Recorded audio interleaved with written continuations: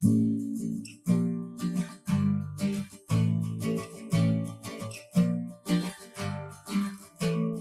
जबर का निजाम गिराने वाले हैं, हम एक नया समाज बनाने वाले हैं, हम पे शाही राज गिराने वाले हैं, हम एक नया समाज बनाने वाले हैं।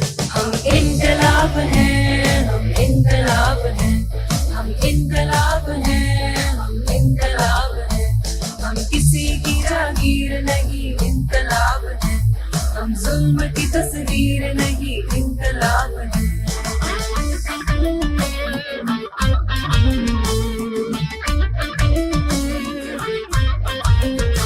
हम जिरगा जागीर को भी ढाने वाले हैं, औरत की आजादी का अलम लाने वाले हैं, घर बाहर की तकसीम को रद्द करने वाले हैं, मेहनत के नए कायदे बनाने वाले हैं।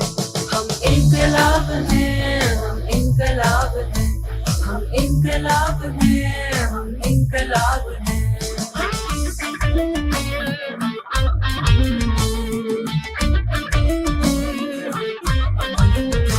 हम जबर तशद्दुद से भी अब लड़ने वाले हैं, नया निसाब इश्क भी बनाने वाले हैं, जिस छत के नीचे कातिल साथ रहते हों, अब उन छतों को हम गिराने वाले हैं।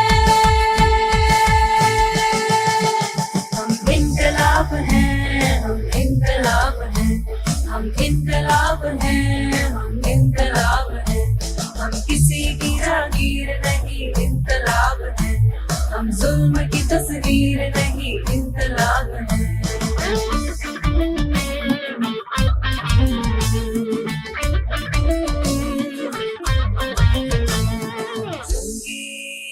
इत्तेसाद को गिराने वाले हैं, इल्मो मंतवी गाने वाले हैं, हम तबकाती तकसीम को बिठाने वाले हैं, हम समाजी इंसाफ को लाने वाले हैं, हम कौमी ऊंच नीच को बदलने वाले हैं, कौमी बराबरी को हम लाने वाले हैं, मेहनत कशों के राज को बनाने वाले हैं, हम इनकलाब जिंदाबाद गाने वाले हैं। हम इनकलाब हैं, हम इनकलाब हैं, हम इनकलाब हैं, हम इनकलाब हैं, हम किसी की जागीर नहीं, इनकलाब है, हम जुल्म की तस्वीर नहीं, इनकलाब है। जबर का निजाम गिराने वाले हैं, हम एक नया समाज बनाने वाले हैं, हम पे शाही राज गिराने वाले हैं, हम एक नया समाज बनाने वाले हैं, हम इनकलाब हैं, हम इनकलाब हैं, हम इनकलाब हैं, हम इनकलाब हैं, हम इनकलाब हैं, हम इनकलाब हैं, हम इनकलाब हैं, हम इनकलाब हैं।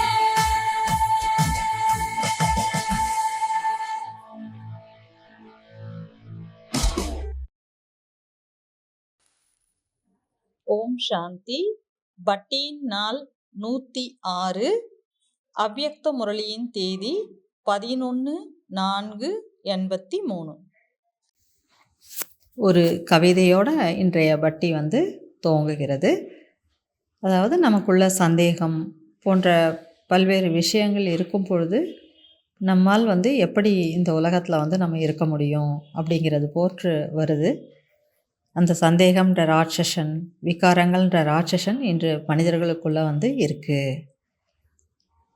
இதை தொடர்ந்து என்ன சொல்ல வர்றார் அப்படின்னா, சமர்ப்பணம்.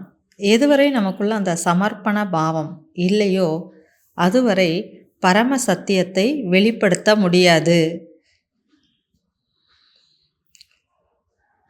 பற்று என்பது ஒரு பணக்காரனுக்கு அல்லது பேராசை பிடித்தவனுக்கு பணத்தின் மீது அந்த பற்று இருக்கிறது.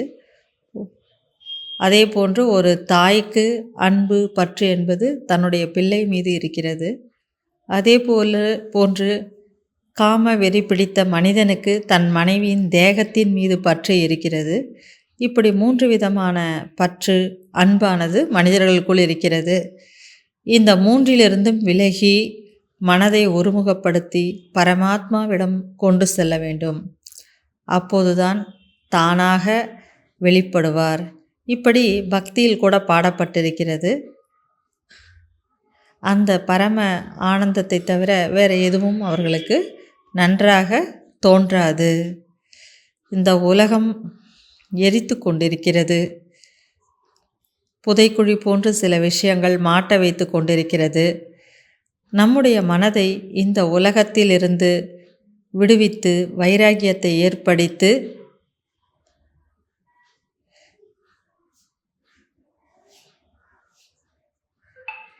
ஓய்வற்று இருக்கக்கூடிய மனம் மற்றும் உலகமே அழைத்து கொண்டிருக்கிறது, துன்பத்தில் மூழ்கி கொண்டிருக்கிறது. என்னுடைய வாழ்க்கை எங்கே சென்று முடியும், எப்படி ஆகும் என்று.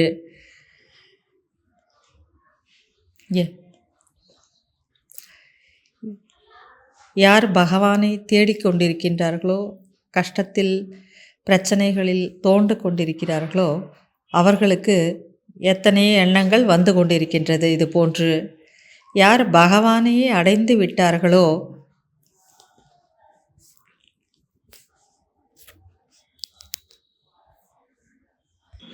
பகவானை அடைந்ததோடு மட்டுமன்றி அவருடைய சேவையில் இவ்வளவு நாட்கள் மூழ்கி இருக்கின்றோம். ஆன்மீக பாதையில் கூட முன்னேறி சென்று கொண்டே இருக்கிறார்கள். முன்னேறி செல்ல செல்ல அந்த பிரபு பரமாத்மாவினுடைய அன்பு சில நேரங்களில் உறைந்து விடுகிறது அல்லது குறைந்து விடுகிறது. பல முறை பார்த்தோமானால் அந்த பிரபுவினுடைய அந்த அன்பினுடைய அந்த வேகம் குறைந்து விடுகிறது. எதற்காக நாம் வந்தோம் என்பதை மறந்து விடுகிறார்கள்.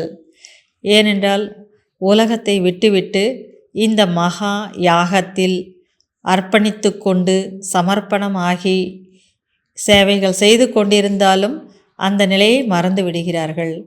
அப்படி என்றால் எந்த ஒரு ஸ்க்ரூ லூஸாக இருக்கிறது, எதனால் நம்ம இங்கே வந்தோம்? மீண்டும் யோசிச்சு பாருங்கள், எதற்காக நம்ம வந்தோம் பாருங்கள். நம்ம எதனால் சமர்ப்பணமானோம்? இன்றைய அவ்யக்த வாணி என்ன சொல்லியது? எப்படி ஆக வேண்டும் என்று சொல்கிறது? ஈஸியான சகஜமான முயற்சியாளர் ஆகுங்கள் என்று சொல்கிறது. ஆனால் சகஜம் என்பதை என்னவென்று நினைக்கிறீர்கள்? கவனக்குறைவு என்று அல்லது சோம்பேறித்தனம் என்று நினைத்து விடுகிறீர்கள். இந்த முரளியில் இந்த 9 விஷயங்கள் கூறப்பட்டிருக்கிறது. முதல் உதாரணம் யசோதாவை பற்றி, 2வது திரௌபதியை பற்றி, 3வது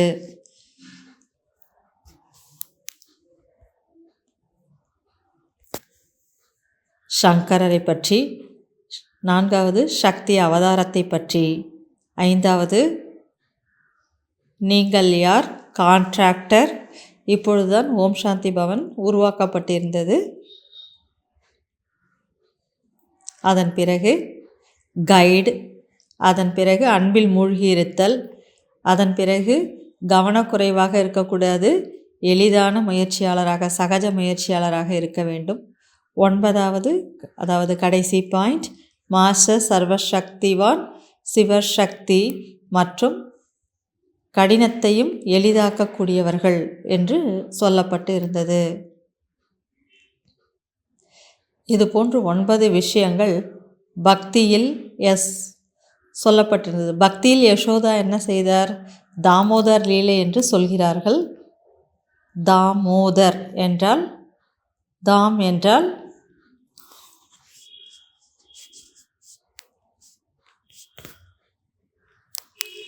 தாம் என்றால் வயிறு, வயிறை கயிறால் கட்டியிருத்தல். அதனால தான் தாமோதரன் என்ற பெயர் கிருஷ்ணருக்கு கொடுக்கப்பட்டிருக்கிறது.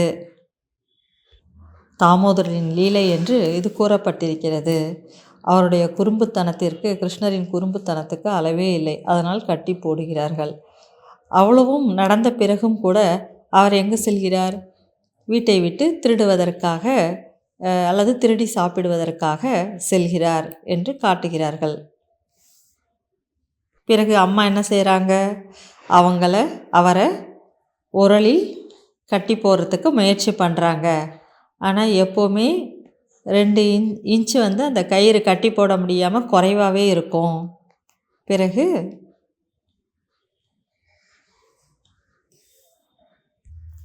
கயிறு எப்போவுமே குறைந்தது. பிறகு அவர் பார்த்தாரு. அவரே அவருடைய அம்மாவை கட்டி போடுவதற்கு, சேர்த்து கட்டி போடுவதற்கு சம்மதிக்கிறார். பிறகு என்ன காட்டப்பட்டிருக்கிறது? அங்கு 2 மரங்கள் இருப்பதாக காட்டப்பட்டிருக்கிறது. அது அர்ஜுனா மரம் என்று சொல்கிறார்கள். அது அந்த உரலை ஒட்டி அரைப்பது போன்று காட்டப்பட்டிருக்கிறது. அங்கே 2 தேவதைகள் சாபம் அடைந்தவர்கள் இருக்கிறார்கள். அவர்களை திருத்துவதாக, அவர்களை சாப விமோசனம் செய்வதாக காட்டப்பட்டிருக்கிறது. அதில் ஒருவர் நல்குபேரன், இன்னொருவர் மரியம் என்று அது போன்று ஏதோ பெயர்கள் இருக்கிறது. அதுபோன்று நீங்கள் எதால் கட்டியிருக்கிறீர்கள்? பகவானை அன்பு மற்றும் பாவனையின் கயிறினால் பகவானை கட்டி போட்டிருக்கிறீர்கள். பகவான் உங்களுக்கு என்ன கொடுத்திருக்கிறார்? ஊஞ்சலை கொடுத்திருக்கிறார். 2 கயிறுகளை உடைய ஊஞ்சலை கொடுத்திருக்கிறார். ஆனால் கீழே விழுந்து விடக்கூடாது. நிறைய விளையாடுகிறீர்கள். ரொம்ப ஊஞ்சல் ஆடும்போது மேலே போகிறீர்கள். பிறகு சில நேரங்களில் கீழேயும் விழுகிறீர்கள். ஏறினால் நல்ல வைகுண்ட ரசத்தை நீங்கள் அடையலாம். கீழே விழுந்தீர்கள் என்றால் தூள் தூள் ஆகி விடுவீர்கள். ஒரு பக்கம் அதீந்திரிய சுகத்தில் மேலே பறக்கிறீர்கள். மதுபன் வரீங்க அப்படின்னாலே மேலே பறக்க ஆரம்பிச்சிருங்க. இங்கிருந்து போன பிறகு முற்றிலுமாக பெயர் அடையாளம் எதுவுமே இல்லாத அளவிற்கு அழிந்து விடுகிறது.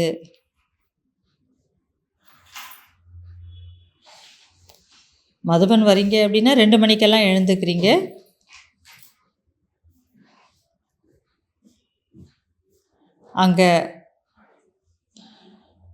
அங்கே இருக்கும்போது டிராஃபிக் கண்ட்ரோல் கூட ஏதாச்சும் பாட்டு வந்தால் கூட அப்பொழுது அதை பற்றி ஒன்றும் கண்டுக்கிறதில்ல. ஆனால் இங்கே சாப்பிட்டுட்டு இருக்கீங்க, வாயை திறந்திருப்பீங்க, கை வாய்க்கிட்ட போகும்.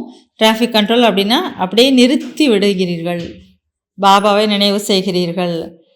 அந்த பிரபுவினுடைய அன்பு வெள்ளம் போல பெருகி வருகிறது. இங்கே காலையிலேருந்து இரவு வரைக்கும் எல்லா கிளாஸஸும் அட்டன் பண்ணுறீங்க. இரவும் பகலும் யோகா செய்கிறீங்க. ஆனால் அங்கே என்ன நடக்குதுன்னு தெரியலை. அவங்க இடத்துல இருக்கும்போது என்னென்ன நடக்குது? செய்ய தான் வேணும். ஆனால் என்ன செய்கிறீங்க? நிரந்தரமாக செய்யணும். ஒரே இடத்துல கிடையாது. பாபாவுடைய சந்திப்பு ஒரு நாளினுடையது கிடையாது. ஒவ்வொரு நாளும் பாபாவை நம்ம சந்திக்க வேண்டும். ஒவ்வொரு நொடியும் பிரதி பலனை அனுபவிக்க வேண்டும். நிரந்தரமாக அந்த சுகத்தை அடைய வேண்டும். எனவே முதலில் அன்பு மற்றும் பாவனை என்ற கயிற்றால் ஒரு பக்கம் தர்க்கம், ஒரு பக்கம் லாஜிக், ஒரு பக்கம் காரணங்கள், ஒரு பக்கம் கேள்வி பதில், முரளி படித்தல், சிந்தனை செய்தல், பயிற்சி செய்தல், தேர்வு எழுதுதல், பதிலளித்தல், இது அனைத்தும் புத்தியினுடைய வேலைகள்.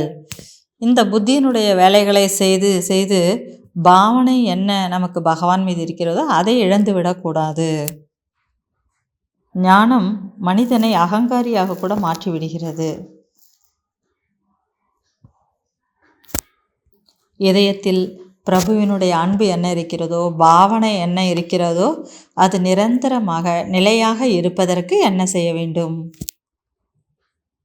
இறைவா, நான் உன்னுடைய காலடியில் வந்திருக்கிறேன். என்னுடைய வாழ்க்கையினுடைய லட்சியம் என்ன? நான் எங்கே இருக்கிறேன்? நான் எங்கே செல்ல வேண்டும்? இதுவரை நான் என்ன செய்து கொண்டிருக்கிறேனோ அது சரியா அல்லது தவறா? இந்த கடலில் எத்தனையோ நோய்கள், ஆனால் அவற்றை சரி செய்யக்கூடிய சர்ஜன் அவர். அதை டயக்னிஸ் செய்யக்கூடியவரும் அவர்தான். என்ன நடந்து கொண்டு இருக்கிறது என்பது உங்களுக்கு தெரியாது. இது அடிக்ஷனா அப்படின்னு கூட நினைப்போம். இந்த இருளில் இருக்கக்கூடிய சத்தியத்தை நாம் புரிந்து கொள்ள வேண்டுமென்றால் என்ன தேவை? முழுமையாக பரம சமர்ப்பணம் ஆக வேண்டும். அதற்கு முதல் எடுத்துக்காட்டு யசோதா, ரெண்டாவது திரௌபதி. கத்தக்கூடாது, அழைத்து அழைத்து அழைத்து பார்த்தார்கள், பிறகு நிறுத்திவிட்டார்கள். இன்றைய முதல் வேலை நாம் என்ன செய்யலாம் அப்படின்னா, அடுத்த 24 மணி நேரத்திற்கு எந்த கம்ப்ளைண்ட்டும் வரக்கூடாது. நமக்குள்ளே யாரை பற்றியும் கம்ப்ளைண்ட் பண்ணக்கூடாது. ரூம் சரியில்லை, ரூம் பார்ட்னராக இருக்கக்கூடியவங்க பயங்கரமாக கொரட்டை விடுறாங்க, ரொம்ப குளிருது, எழறதுக்கே மனசு வரல, தண்ணி சூடாக வரல, ரூம் ரொம்ப சின்னதாக இருக்குது, இந்த மாதிரி எந்த கம்ப்ளைண்ட்ஸும் வரக்கூடாது. இன்சார்ஜ் சரியா இல்லை, கூட இருக்கவங்க சரியா இல்லை, ஜூனியர் கரெக்டாக இல்லை, உடம்பு சரியில்லை, சரீரம் என்ன தான் சொல்லுதுன்னே தெரியல, ரிப்போர்ட்டில் பார்த்தா எதுவும் இல்லை, ஆனால் டாக்டர் சொல்கிறாரு ரிப்போர்ட் நார்மல்னு சொல்கிறாரு, ஆனால் உடம்பு பார்த்தா முற்றிலும் சரியா இல்லை, இங்கே வலிக்குது அங்கே வலிக்குது, முழு உடலுமே உடஞ்சி போகிற மாதிரி இருக்குது, எழுந்துறதுக்கு அதுவும் அமிர்த வெள்ளை எழுந்துக்கிறதுக்கு மனசே வரமாட்டேங்குது, தூங்கிட்டே படுத்துகிட்டே இருந்தால் நல்லாயிருக்கு, படுத்துகிட்டே கூட பாபாவை நினச்சா நல்லாயிருக்கு அப்படின்னு நினைக்கிறோம். கனவுல கூட பாபாவோட சந்திக்கிற மாதிரி வருது. அப்போ ஏன் எழுந்திருக்கணும்? டைம் ஏன் வேஸ்ட் பண்ணணும்? தூக்கமும் தூங்கிட்டு இருக்கோம், அவ்யக்த பாப்தாதாவை சந்திச்சுட்டும் இருக்கோம், தூக்கத்தில் நல்லா தெளிவாகவே அதுவும் தெரியுது. திரௌபதி கிடையாது, கம்ப்ளைண்ட் எந்த கம்ப்ளைண்ட்டும் இருக்கக்கூடாது திரௌபதி போல். மூன்றாவது சங்கரர். சங்கரருக்கு அந்த மூன்றாவது கண், புத்தியினுடைய கண் மூலமாக பாருங்கள் உண்மை என்ன, உண்மை என்ன, உண்மை என்ன, எது சாரம், எது சாரம் இல்லை, எது ஸ்ரீமத், எது மற்றவர்கள் சொல்லக்கூடிய வழி என்ற சார்ட்டை பாருங்கள். புத்தி, விவேகம், விவேகத்தை பயன்படுத்தணும். விவேகம் என்பது சகோதரர், பாவனை என்பது சகோதரி, ரெண்டுத்தையும் மறக்கக்கூடாது. ரெண்டுமே அவசியம்தான். ஒரு பக்கம் விவேகம், இன்னொரு பக்கம் பாவனை, ஒரு பக்கம் தர்க்கம், இன்னொரு பக்கம் அன்பு, ஒரு பக்கம் லாஜிக், இன்னொரு பக்கம் காரணம். இது புத்தியை வலிமையாக்கும், இது இதயத்தை வலிமையாக்கும். இது போன்று ரெண்டுத்துக்கும் இடையே ஒரு காம்பினேஷன் என்பது இருக்கிறது. ஒன்று மனோ தத்துவர் போல, ஒரு பக்கம் நீங்கள் யோசனை செய்யக்கூடியவர்கள், இன்னொரு பக்கம் ஒரு பக்தன், அன்பானவர் போன்று. ரெண்டும் ஒன்றாக இருக்கணும். மூன்றாவது கண். நான்காவது பாயிண்ட், சக்தியினுடைய அவதாரம். எதற்கும் கத்தி கொண்டே இருக்கக்கூடாது.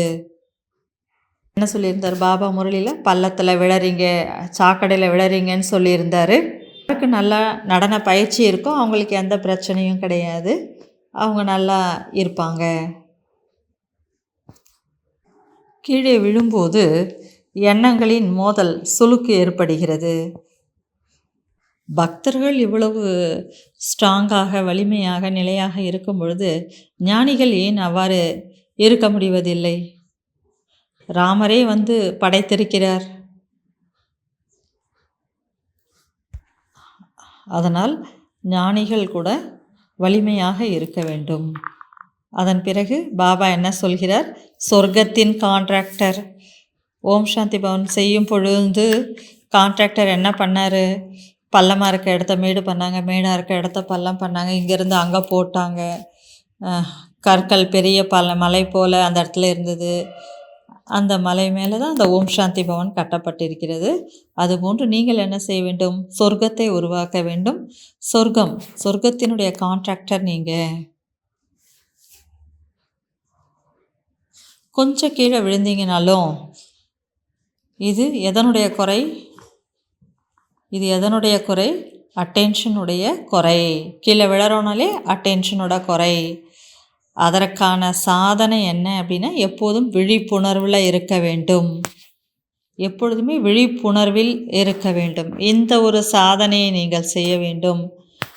எப்பொழுது நீங்கள் மயக்கம் அடைய ஆரம்பிக்கிறீர்களோ அப்பொழுது தான் கீழே விழ ஆரம்பிக்கிறீர்கள். எனவே எப்போதும் விழிப்புணர்வு என்றால் ஆத்ம உணர்வில் இருக்க வேண்டும். இந்த சரீரத்தின் பக்கம் கவர்ந்து இழுக்கப்படும் போது இந்த சரீரத்தை பற்றி பல எண்ணங்கள், நோயை பற்றி பல்வேறு விதமான எண்ணங்கள் நமக்குள் உருவாகி கொண்டே இருக்கிறது.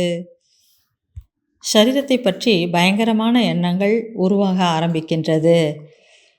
இந்த உடலில் நோயே ஏற்படாமல் இருக்க வேண்டும். அதற்கு என்ன செய்ய வேண்டும்? அனைவரும் யோகிகளாக இருக்கிறோம் என்றால் அந்த நோய்களில் இருந்து கூட விடுபட வேண்டும். நிறைய யோகிகள் சரீரத்தில் இருந்து கூட விடுபட்டு இருக்கிறார்கள். அவர்களுடைய உடலில் சில நேரங்களில் கேன்சரோ பெரிய நோய்களோ வந்திருந்தாலும் கூட அவங்க அந்த உடல் என்ற உணர்விலிருந்து விடுபட்டு இருந்திருக்கிறார்கள்.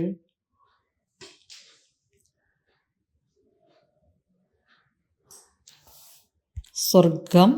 அடுத்தது கைடு, வழிகாட்டி. நீங்கள் அனைவரும் யார்? வழிகாட்டிகள். நீங்கள் என்ன செய்ய வேண்டும்? ஆத்மாக்களுக்கு வழிகாட்ட வேண்டும், லைட் கொடுக்க வேண்டும். அனுபவம்தான் உண்மையில் மிகப்பெரிய ஒரு ஞானம். இதை எழுதி வைத்து கொள்ளுங்கள் உங்கள் டைரியில். அனுபவம்தான் எல்லாவற்றையும் விட பெரிய ஞானம் என்று எழுதி வைத்து கொள்ளுங்கள். தங்களுடைய அனுபவத்தின் மூலமாக மற்றவர்களுக்கு கற்றுக் கொடுங்கள். நான் உங்களுக்கு கற்றுக் கொடுக்கிறேன். நான் புத்திசாலி என்பதற்காக இல்லை. உங்களை விட அதிகமாக நான் ஏமாற்றம் அடைந்திருக்கிறேன், தூக்கி இருக்கிறேன், கீழே விழுந்திருக்கிறேன், விகாரங்களில் மூழ்கி இருக்கிறேன். ஆகையால் இப்பொழுது அனுபவம் ஏற்பட்டிருக்கிறது. ஆகையினால்தான் தாய்மார்களுக்கு பாபா அன்று என்ன கூறினார்? குமாரிகளாக இருக்கக்கூடியவர்கள் அலையலாம். இந்த முரளி கூட தாய்மார்களுக்காகத்தான். ஆகையால் தான் இந்த உதாரணங்கள் எல்லாம் கொடுக்கப்பட்டிருக்கிறது. சங்கர், திரௌபதி, யசோதா, சக்தி அவதாரம். நீங்கள் யார்? வழிகாட்டிகள், கைடு. நீங்கள் உலகத்தில் இருக்கக்கூடிய ஆத்மாக்களுக்காக நீங்கள் வழிகாட்டிகளாக இருக்கிறீர்கள், மரங்களாக இருக்கிறீர்கள். அவர்களுக்கு நிழலை கொடுத்து குளிர்ச்சியை அனுபவம் செய்ய வையுங்கள்.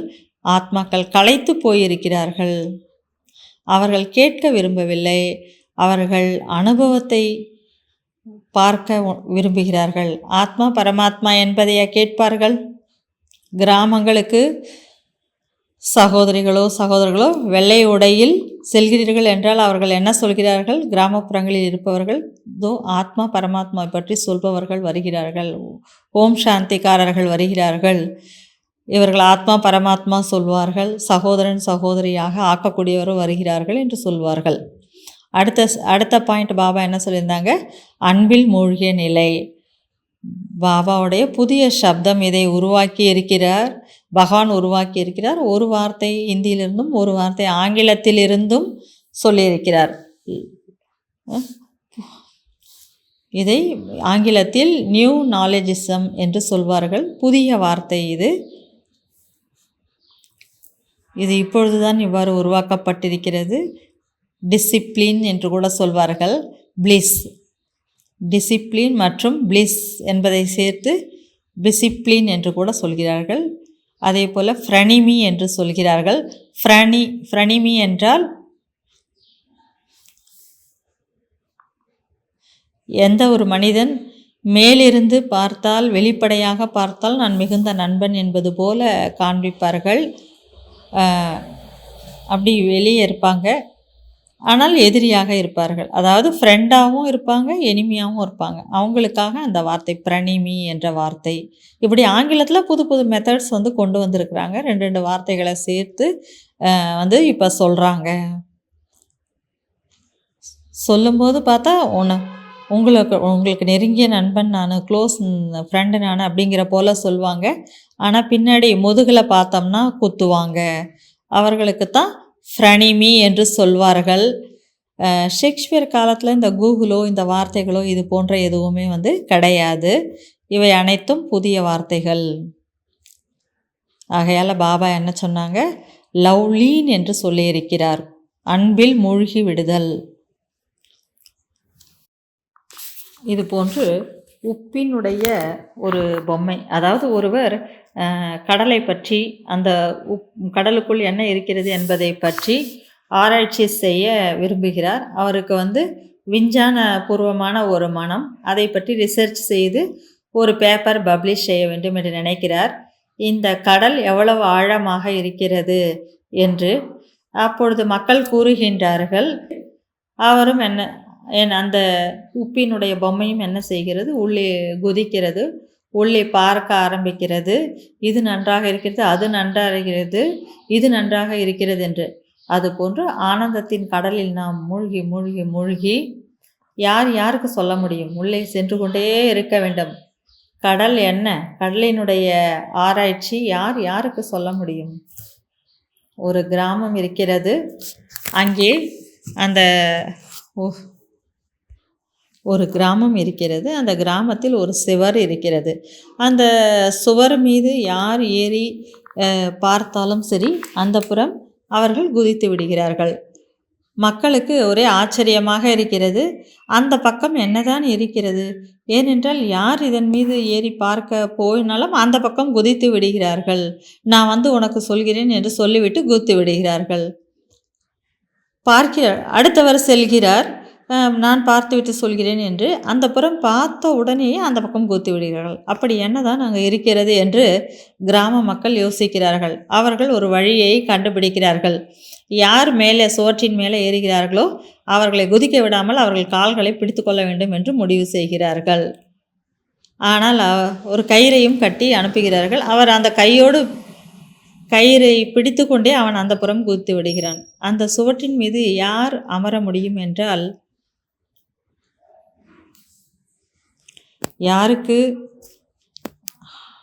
யாருக்கு அந்த இறை ஆர்வம் இருக்கிறதோ அவர்கள்தான் அந்த சுவற்றின் மீது ஏற முடியும். அவர்கள் அந்த சுவற்றின் மீது ஏறும்போது அந்த புறம் இருக்கக்கூடிய அந்த பரமாத்ம விஷயங்களில் குதித்து விடுகிறார்கள். புத்தர் இருக்கிறார், வேறு யார் இருக்கிறார்களோ அவர்கள், அந்த மகான் ஆத்மாக்களாக யார் இருக்கிறார்களோ அவர்கள்தான் அந்த அன்பில் குதிக்கிறார்கள். அதே போன்று எங்கே மக்கள் மூழ்கி விடுகிறார்களோ ஆனந்த கடலில், அதிலிருந்து அவர்களால் வெளியே வர முடியாது. இந்த பக்கம் உலகம் இருக்கிறது, அந்த பக்கம் ஆனந்த கடலில் அவர்கள் மூழ்கி கொண்டிருக்கிறார்கள். ஆனால் சில மனிதர்கள் இருக்கிறார்கள், அவர்கள் அந்த சுவரின் மீது அந்த நிலையிலேயே நிற்கிறார்கள் சிலர். இப்பொழுது நமது தாதிகள் கூட இருக்கிறார்கள், அவர்கள் அந்த நடுநிலையிலேயே இருக்கிறார்கள். அவர்கள் அந்த பக்கம் கூட குதித்து விடலாம். ஆனால் இந்த பக்கம் இருக்கக்கூடிய மக்களுக்கு நன்மை செய்ய வேண்டும் என்பதற்காக அவர்கள் காத்திருக்கிறார்கள். அடுத்த பாயிண்ட் என்ன? சகஜ யோகியாக ஆக வேண்டும், ஆனால் கவனக்குறைவில் இருக்கக்கூடாது. கடைசியாக என்ன பாயிண்ட் என்றால், மாஸ்டர் சர்வசக்திவான், பிறகு சிவசக்தி, பிறகு கடினத்தை எளிதாக்கக்கூடியவர்கள். இன்று இன்னொரு பாடம் நமக்கு என்னவென்றால், ஒரு கார்ட்டூன் படம் வரைய வேண்டும். இதுவரை நீங்கள் வரைந்தது கிடையாது, அதை இன்று செய்ய வேண்டும். கார்ட்டூன் வரைய வேண்டும் என்றால், இதோ ஜெகதீஷ் பாயினுடைய புத்தகம் ஃபுல்லாக இருக்கிறது. அதில் நிறைய கார்ட்டூன் வரையப்பட்டிருக்கிறது. எது கடினம், எது எளிதாக இருக்கிறது என்பது. ஆன்மீகம் என்றால் மலையின் மீது ஏறுவது. ஒரு உயர்ந்த மலை உச்சிக்கு செல்ல வேண்டும், சென்றால்தான் அடைய முடியும். ஆன்மீகம் என்பது என்ன ஒரு கலை என்றால், பாடிக்கொண்டே ஆடிக்கொண்டே மகிழ்ச்சியோடு செல்ல வேண்டும். எப்பொழுது சேருவோம், எப்பொழுது போய் அடைவோம் என்ற கவலையோடோ துக்கத்தோடோ செல்வது கிடையாது. ஆன்மீகம் என்றாலே என்ஜாய் செய்து கொண்டே, நடனம் ஆடிக்கொண்டே, விளையாடிக்கொண்டே, ரிலாக்ஸாக செல்ல வேண்டிய ஒரு பயணம். யாரோ ஒரு வீடியோ கூட அனுப்பித்திருந்தார்கள். ஒரு மனிதன் கஷ்டப்பட்டு மலையில் ஏறுகிறான். பின்னாடி பேகு, தேவையான விஷயங்கள் என்னென்ன தேவையோ அதையெல்லாம் எடுத்துக்கொண்டு அவன் மிகவும் கஷ்டப்பட்டு அவன் ஏறி செல்கிறான். அந்த பக்கமாக ஒரு யோகி வருகிறார். அவர் மிகவும் ஈஸியாக அவர் கையில் ஒன்றுமே இல்லை, அவர் ஈஸியாக ஏறி போய்கிட்டே இருக்கார். அதுபோல் ஈஸியாக மலையை கடந்து நாம் செல்ல வேண்டும். இன்று முரளியில் சொல்லப்பட்டிருந்த 9 விஷயங்கள் இதை நாம் செய்து பார்க்க வேண்டும். ஒரு நாள் எக்ஸ்பெரிமெண்ட் என்றால் 24 மணி நேரத்துக்காக நாம் செய்ய வேண்டிய விஷயங்கள் இது அனைத்தும். பல சவால்கள் நம்மிடம் வரலாம், சூழ்நிலைகள் வரலாம், திடீரென்று என்ன வேண்டாலும் ஏற்படலாம். ஏதாச்சும் ஒரு நோய் வரலாம், திடீர்னு கேன்சர் இருக்குன்னு சொல்லலாம். இப்படி எது திடீரென்று ஏற்பட்டாலும் சரி, நம்மக்கிட்ட இருக்க பணம்லாம் திடீர்னு காலி ஆகிடுச்சு, எல்லாம் ஏதோ ஒன்று ஆச்சு அப்படின்னு வரலாம். யார் மேலே நம்ம ரொம்ப நம்பிக்கை வச்சுருந்தோமோ அவங்க ஏமாற்றிட்டாங்க அப்படின்ற செய்தி வரலாம். யார் மேலே நம்ம ரொம்ப அன்பு வச்சுருந்தோமோ அவங்க ஃபோன் வருது, அவங்களுக்கு ஆக்சிடெண்ட் ஆகிடுச்சு, அவங்க ரொம்ப சீரியஸ் கூட இல்லை, போயிட்டாங்க அப்படின்னு சொல்லி நமக்கு மெசேஜ் வருது. யாருக்கோ திடீர்னு ஹார்ட் அட்டாக் வந்துருச்சுன்னு வருது, அவ்வளோதான். சீரியஸ் கூட கிடையாது, அட்டாக் வந்தது, போயிட்டாங்க. இந்த மாதிரி இந்த 24 மணி நேரத்தில் எந்த ஒரு செய்தி வந்தாலும் ஈஸியாக எடுத்துக்கணும். எந்த சிச்சுவேஷன் வந்தாலும், எந்த பிரச்சனை வந்தாலும், எந்த மனிதர் வந்தாலும், யார் என்ன அப்படி செஞ்சாலும் நம்முடைய தவத்தில் மூழ்கி இருக்க வேண்டும். கம்ப்ளைண்ட் செய்யக்கூடாது. என்ன கம்ப்ளைண்ட் செய்து என்ன கிடைக்க போகுது? எதுவும் கிடையாது. 3வது வேலை இன்னைக்கு இது போல் ஒரு கார்ட்டூன் வரைங்க. கஷ்டத்தை ஈஸியாக்கக்கூடியது. இது போல் 5 விதிகளை எழுதணும், சிந்தியுங்க. பரமாத்மாவுடைய அன்பு அதன் மூலமாக அதிகரிக்க வேண்டும், அது போன்ற விஷயம். ஒரு விதி சத் சங்கம், நல்ல புத்தகங்களை முரளியை படிப்பது 2வது. 3வது தனிமையில் போய் உட்காந்து அன்போட பிரபுவை சந்தியுங்க, பேசுங்க, அவரிடம் கேளுங்க. அவர்கிட்ட நம்ம கேட்கணும், நான் தான் உன்னை மறந்துட்டேன், ஆனால் உங்களுக்கு எல்லாமே தெரியும் இல்லையா? அவருக்கு தெரியும் தானே. பூனை இருக்கு இல்லையா, பூனை என்ன பண்ணுன்னா அதனுடைய குட்டிகளை இங்கே அங்கே எங்கன்னா விட்டுட்டு போயிடும். அது அது பக்கத்துலேயே இருக்காது.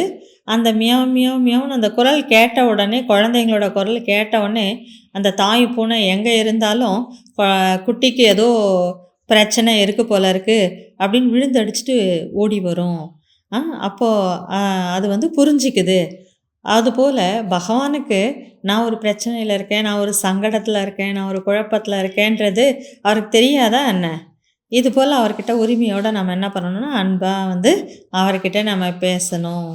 நான் உன்னுடையவன், நான் தொலைஞ்சிட்டேன், நீங்கள் தான் என்னை தேடி கண்டுபிடிக்கணும் அப்படின்னு சொல்லி அவர்கிட்ட நம்ம பேசணும். 4 பூனை குட்டிங்க இருக்கும், குட்டிங்க 4 பக்கம் இருக்கும். தாய் பூனை எங்கேயோ இருக்கும். அந்த குரல் கேட்ட உடனே அது அடிச்சுட்டு ஓடி வரும். அதுபோல் உங்களது 4 நம்ம பல குழந்தைகள் இருந்தால் கூட நமக்கு ஏதாவது ஒரு பிரச்சனை அப்படின்னா நம்ம எந்த பக்கம் இருந்தாலும் பாபா என்ன சொல்லியிருக்காரு, அப்படியே அங்கே நிற்பேன்னு சொல்லியிருக்காரா இல்லையா? அப்போ பாபா வருவார். இப்படியெல்லாம் நம்ம பாபா கிட்ட பேசி அந்த அனுபவத்தில் நம்ம மூழ்கணும். அடுத்து என்ன விஷயம் இருந்தது முரளியில்? யசோதாவை பற்றி இருந்தது, திரௌபதியை பற்றி இருந்தது, சங்கரை பற்றி இருந்தது, சக்தி அவதாரத்தை பற்றி இருந்தது, சொர்க்கத்தின் கான்ட்ராக்டர், கைடு, அன்பில் மூழ்கிய நிலை, சகஜயோகி, மாஸ்டர் சர்வசக்திவான், சிவசக்தி, கடினத்தை எளிதாக்கக்கூடியவர் போன்ற விஷயங்கள் எல்லாமே இருந்தது. இவர் தான் ஈஸியான டீச்சர். இவர் தான் இந்த முரளி 1954 அந்த நேரத்தில் பாபா இருக்கக்கூடிய நேரத்தில் குளோபல் ஹாஸ்பிட்டல் இருக்குல்லையே, அந்த இடம், அந்த ஹாஸ்பிட்டல் கிடையாது, அங்கே எதிர்க்க ஒரு ஹோட்டல் அங்கே இருந்தது. முஷ்கில் ஆஷான் அப்படின்னு பேர், அதாவது கடினத்தை எளிதாக்கும் ஆசிரியர் அப்படின்னு. அந்த நேரத்தில் அந்த ஒரு ஹோட்டல் தான் அங்கே இருந்தது. ஓம் சாந்தி. ஓம் சாந்தி. Good morning. இன்று பாபா கோஆப்ரேஷன் பற்றி பேசியிருக்கிறாரு. அன்பு மற்றும் கோஆப்ரேஷன் ஈஸியான வழி, நமக்கு முன்னேற்றத்திற்கான வழி, இந்த ஞானத்தில் ஒத்துழைத்து போவது என்பது பற்றி பாபா சொல்லியிருக்காரு. இது கோஆப்ரேஷன் ஒத்துழைப்பை கொடுக்கக்கூடிய ஒரு கேம். இது நமக்கு வந்து பாபாவோட உறவுகள் என்பது இருக்கிறது, அனுபவங்களும் இருக்கிறது. பாபா பல பட்டங்களை கொடுத்திருக்கிறார், டைட்டில். அவர் அப்பா, நம்ம குழந்தை, அப்பா டீச்சர், நம்ம வந்து ஸ்டூடெண்ட் அப்படிங்கிறது போன்று நம்ம அனுபவம் செய்திருப்போம். இந்த உறவு என்பது பாபாவுடைய டைட்டில் மற்றும் நம்முடைய உறவை குறிக்கக்கூடிய ஒரு ஆழமான ஒரு விளையாட்டு. இந்த விளையாட்டில் நம்ம என்ன செய்ய போகிறோம் அப்படின்னா, 2 குரூப்பாக 2 பக்கம் வந்து நின்றுக்க போகிறோம். ஒரு பக்கம் இருக்கக்கூடிய வரிசையில் ஒருவர் பின்னாடி ஒருவர் லைனாக இருப்போம். அவங்க கையில் பாபா கொடுத்துருக்கக்கூடிய அந்த டைட்டில்ஸ் வந்து இருக்கும். இன்னொரு சைடு நிற்கக்கூடியவங்களுடைய கையில் வந்து அந்த உறவுகள், பாபா எந்த டைட்டில் கொடுத்துருக்கானோ அதுக்கான அந்த ரிலேஷன்ஷிப் வந்து இருக்கும். அந்த ஒரு சைடில் டைட்டில்ஸ் யார் பக்கம் இருக்கோ அவங்க கையில் அந்த உள்ளன் பால் இருக்கும். அதை அவங்க ஒரு டைட்டில் சொல்லி எதிர் சைடு இருக்கவங்க கிட்ட தூக்கி போடணும். அப்போ இந்த அவங்க வந்து இன்னொரு எதிர் சைடில் இருக்கக்கூடிய டைட்டில் இருக்கவங்க கிட்ட கொடுப்பாங்க. இப்படி அந்த நூல் வந்து பிரிக்கப்பட்டு அப்படியே மேலே ஒரு வலை போல் அது வந்து ஒரு உருவாகுது. அதாவது எல்லாருக்குள்ளேயும் ஒத்துழைப்பு இருக்கும்போது அதில் வந்து அந்த சிக்கல் இல்லாமல் அந்த நூலினுடைய பந்து நாலாப்புறமும் போடப்பட்டாலும் அது தெளிவாக இருக்குது. அப்போ அந்த ஒத்துழைப்பை குறிக்கக்கூடிய வகையில் இந்த விளையாட்டு வந்து நடைமுறைப்படுத்தப்பட்டு இருக்கிறது இன்றைக்கி. ஓம் சாந்தி.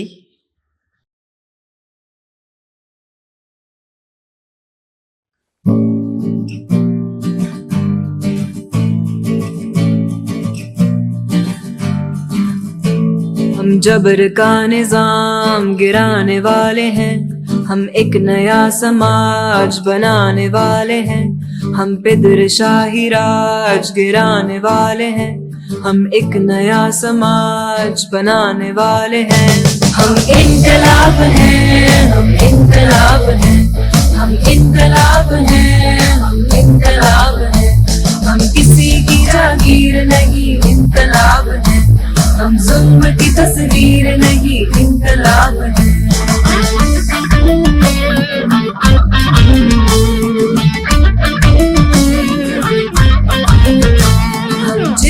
जागीर को भी ढाने वाले हैं, औरत की आजादी का अलम लाने वाले हैं, घर बाहर की तकसीम को रद्द करने वाले हैं, मेहनत के नए कायदे बनाने वाले हैं। हम इनकलाब हैं, हम इनकलाब हैं, हम इनकलाब हैं, हम इनकलाब हैं।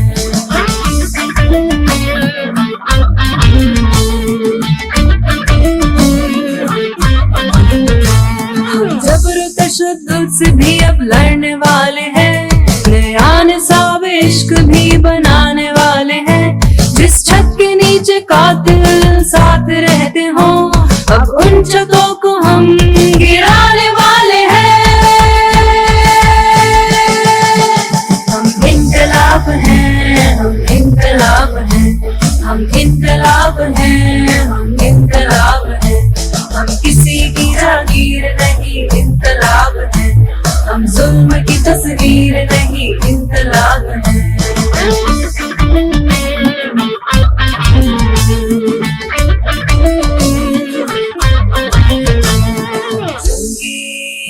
इत्तेसाद को गिराने वाले हैं, इल्मो-मंतगी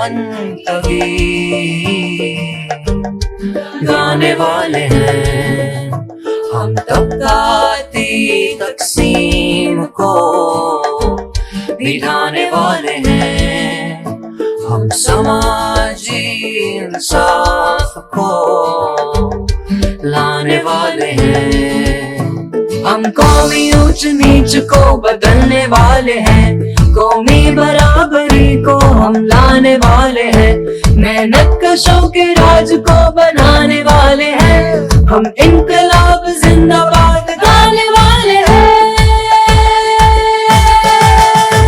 हम इनकलाब हैं, हम इनकलाब हैं, हम इनकलाब हैं, हम इनकलाब हैं, हम किसी की जागीर नहीं, इनकलाब है, हम जुल्म की तस्वीर नहीं, इनकलाब है।